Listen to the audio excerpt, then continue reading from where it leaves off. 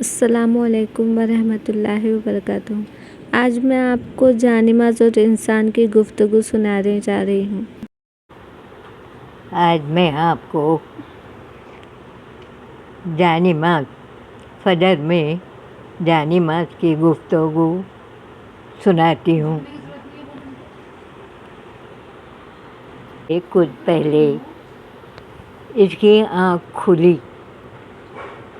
اسے شدید پیاس کا احساس ہو رہا تھا۔ وہ بستر سے باہر نکلا۔ ایک اسے فرش کی طرف سے کرہانے کی آواز آئی۔ وہ غور سے دیکھنے لگا۔ آواز غائب ہو گئی۔ وہ پانی کے جگ کی طرف گیا، ایک گلاس پانی پیا اور دوبارہ آ کر بستر میں گھس گیا۔ سردی اچھی خاصی تھی۔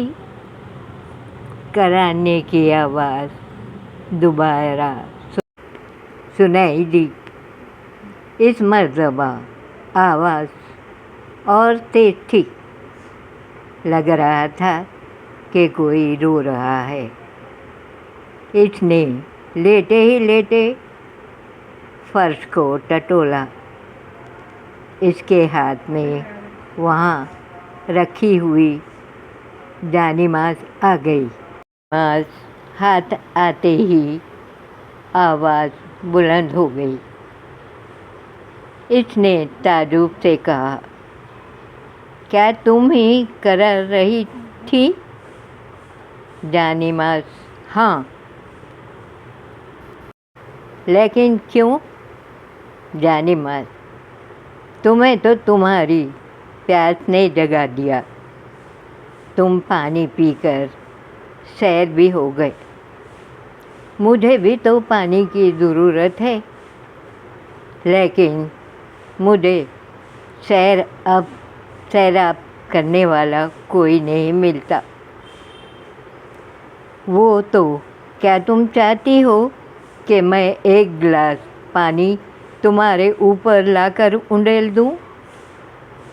جانماز: نہیں، یہ پانی میری پیاس نہیں بجھائے گا۔ میری پیاس تو عبادت و انابت کرنے والے اللہ کے نیک بندوں کے آنسوؤں سے بجھے گی۔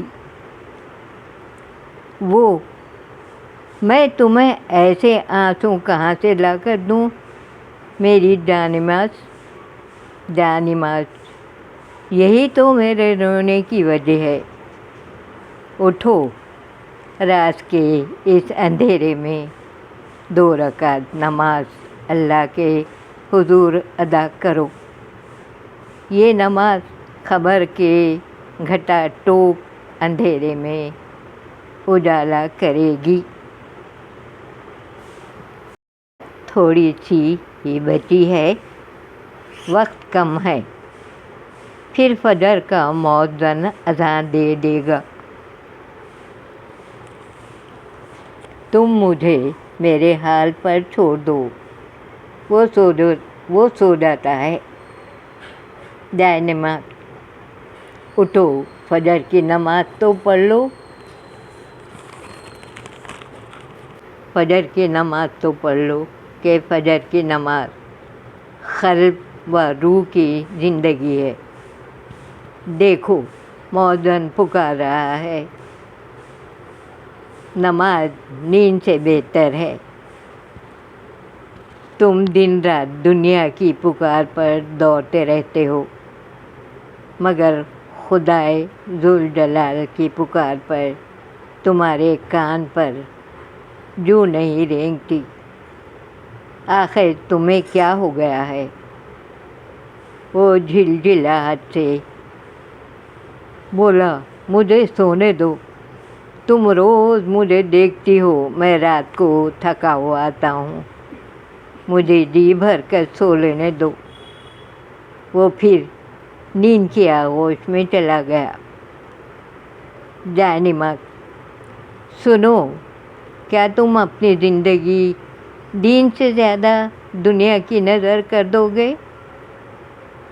وہ سختی سے، اب خاموش ہو جاؤ، میں تھکا ہوا ہوں، مجھے سونے دو۔ جائے نماز غمگین لہجے میں، آہا، کہاں گئے وہ فجر کے نمازی، کہاں گئے وہ فجر والے؟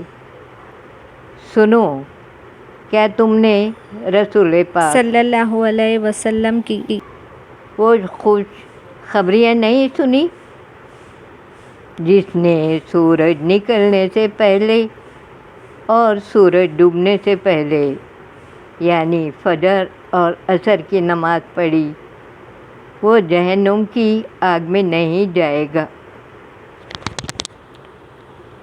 نے ٹھنڈک والی فجر اور عصر دونوں نمازیں پڑھی، وہ جنت میں جائے گا۔